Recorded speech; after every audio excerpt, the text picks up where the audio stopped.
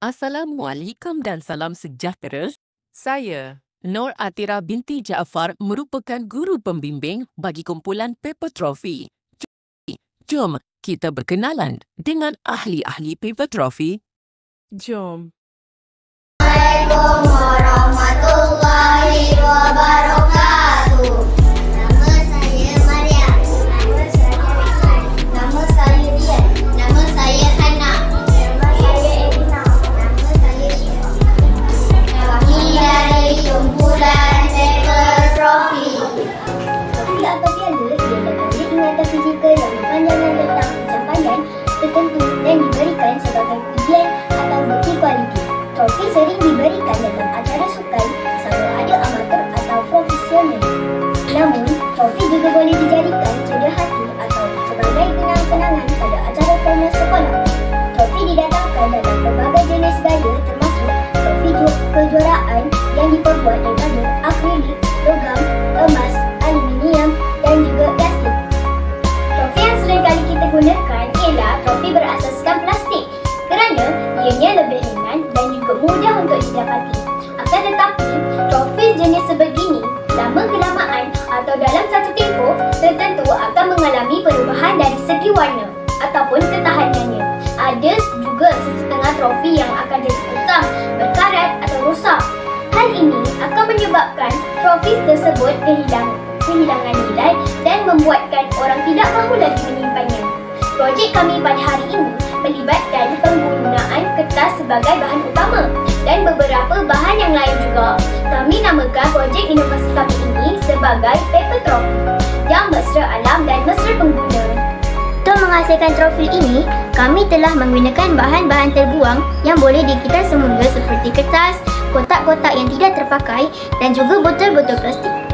Kesemua bahan ini sangat mudah untuk didapati di sekeliling kita. Proses pembuatannya juga amat mudah. Kita hanya perlu mengoyak dan menggunting kertas atau kotak supaya menjadi cebisan yang lebih kecil. Masukkan ke dalam bekas yang besar untuk proses rendaman. Tuang air sedikit demi sedikit sehingga tenggelam. Semua kertas itu tadi. Kertas-kertas ini perlu direndam seketika untuk proses pengembangan. Setelah semuanya kembang, kita perlu mengisar kertas tersebut supaya teksturnya lebih halus. Setelah siap dikisar, kita perlu menapis lebihan air tersebut dan memerahkannya supaya tiada air yang tertinggal. Setelah habis proses menapis dan memerah, di dalam bekas yang lain pula, kita perlu mengaurkan gam bersama-sama dengan kertas yang sudah dikisar itu tadi. Tujuan kami menggunakan gam adalah untuk menambah lagi kekukuhan kertas dan menjadi lebih sebatian kertas yang sempurna. Ini akan memudahkan lagi proses pembentukan. Sebelum mula membentuk, kami akan memotong botol plastik untuk dijadikan rangka trofi kami. Semasa proses pembuatan, kami dapati hasil kisaran masih lagi kasar dan produk kelihatan tidak menarik. Kami telah mengumpulkan semula bahan kisaran tadi lalu menumbuknya menggunakan lesung batu. Hasilnya sebatian tadi menjadi lebih halus dan cantik. Kami meneruskan lagi proses pembentukan sehingga siap. Alhamdulillah, setelah selesai kami ke proses seterusnya iaitu proses pengeringan. Kami telah menjemurnya selama beberapa hari dan sesudah itu kami telah mewarnakannya sehinggalah menjadi sebuah trofi kertas yang menarik. Kami dapati dengan penghasilan produk sebegini dapat mengurangkan penggunaan kos bahan mentah kerana bahan-bahan yang digunakan adalah bahan-bahan terbuang yang mudah untuk didapati dan lebih murah.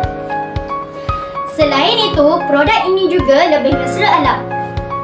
Ekosistem kita juga akan lebih terjaga dengan penggunaan bahan-bahan kita semula. Dalam tempoh yang tertentu, produk ini juga boleh dilupuskan untuk membentuk sebuah trofi yang baru dengan rekaan yang lebih menarik dan mengikut cita rasa sendiri. Ataupun, produk ini boleh dikita semula menjadi kertas. Trofi sudah pastinya mempunyai nilai estetika yang sangat tinggi. Kebiasaannya, kita akan melihat dari segi warnanya, yang keemasan atau perak. Selain itu, setiap trofi akan mempunyai motif corak yang tersendiri dan nilai ergonomiknya haruslah kukuh dan tahan lama. Bagi menambahkan lagi nilai komersial, produk ini kami telah menghasilkan satu rekaan yang lebih moden dan bentuk rekaannya lebih minimal. Kami berharap agar produk inovasi ini akan mendapat tempat di hati orang ramai supaya produk inovasi ini dapat dikomersialkan ke peringkat yang lebih tinggi. Kami juga percaya bahawa produk inovasi ini dapat menyahut cabaran program 3R: Reduce, Reuse